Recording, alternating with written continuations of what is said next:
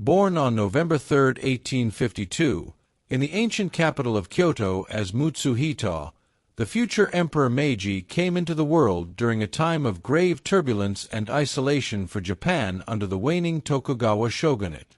As the son of Emperor Komeei and the lady-in-waiting Nakayama Yoshiko, Mutsuhito was raised in an environment marked by strict court rituals and the influence of a traditional, Confucian-dominated imperial household, even as the looming presence of foreign powers threatened Japan's centuries-old sakoku, closed country, policy.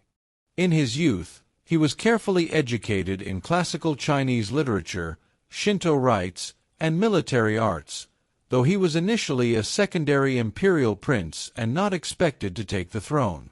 But with the sudden death of his father in 1867 and mounting political instability, Mutsuhito ascended the chrysanthemum throne at the age of just 15. His coronation coincided with the downfall of the Tokugawa shogunate and the dramatic onset of the Meiji Restoration, a sweeping revolution that would redefine Japan's identity. Though still a teenager, Emperor Meiji became the symbolic spearhead of a new era that abandoned feudalism, embraced modernization, and opened Japan to the global stage after more than 2 centuries of isolation.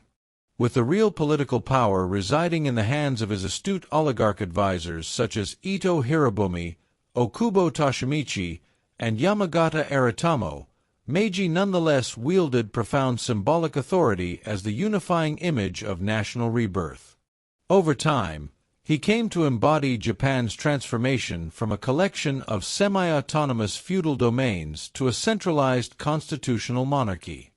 Under his nominal leadership, Japan adopted the 1889 Meiji Constitution, modeled partly on the Prussian system, which enshrined a parliamentary government while preserving the emperor's divine status. His reign witnessed the abolition of the samurai class, the creation of a modern conscript army and navy, rapid industrialization, and the importation of Western technologies, institutions, and cultural practices, all integrated in a manner that preserved Japanese uniqueness and imperial dignity. Meiji's Japan quickly emerged as a formidable imperial power, defeating China in the First Sino-Japanese War, 1894–95, and later astonishing the world by defeating Russia in the Russo-Japanese War, 1904–05. The first time an Asian nation had vanquished a major European power in modern warfare. Though often reserved and private in demeanor, Emperor Meiji was not a passive monarch. He composed over 100,000 waka poems, used ritual and public presence to reinforce his moral authority, and actively promoted national unity by traveling across the country to meet subjects and inspect reforms. He dressed in Western military attire to project modernization while preserving the aura of Japan's ancient imperial lineage. His personal life, though shielded by court etiquette, was shaped by both loss and tradition. Of his 15 children with Empress Shokan and other consorts, only 5 survived to adulthood, and his favored heir, Crown Prince Yoshihito, would later become Emperor Taisho. Despite his image as a modernizer, Meiji also enforced national myths and imperial divinity through Shinto revivals, linking the monarchy to the sun goddess Amaterasu and weaving state ideology with religious veneration. As he aged, Meiji's health declined, and though he had become a semi-divine figure to his people, he remained a mortal man burdened by the contradictions of modernity and tradition. By the time of his death on July 30, 1912, at the age of 59, Japan had transformed from a feudal, agrarian society into an industrialized empire with global ambitions, a colonial presence in Taiwan and Korea, and a constitutionally guided monarchy.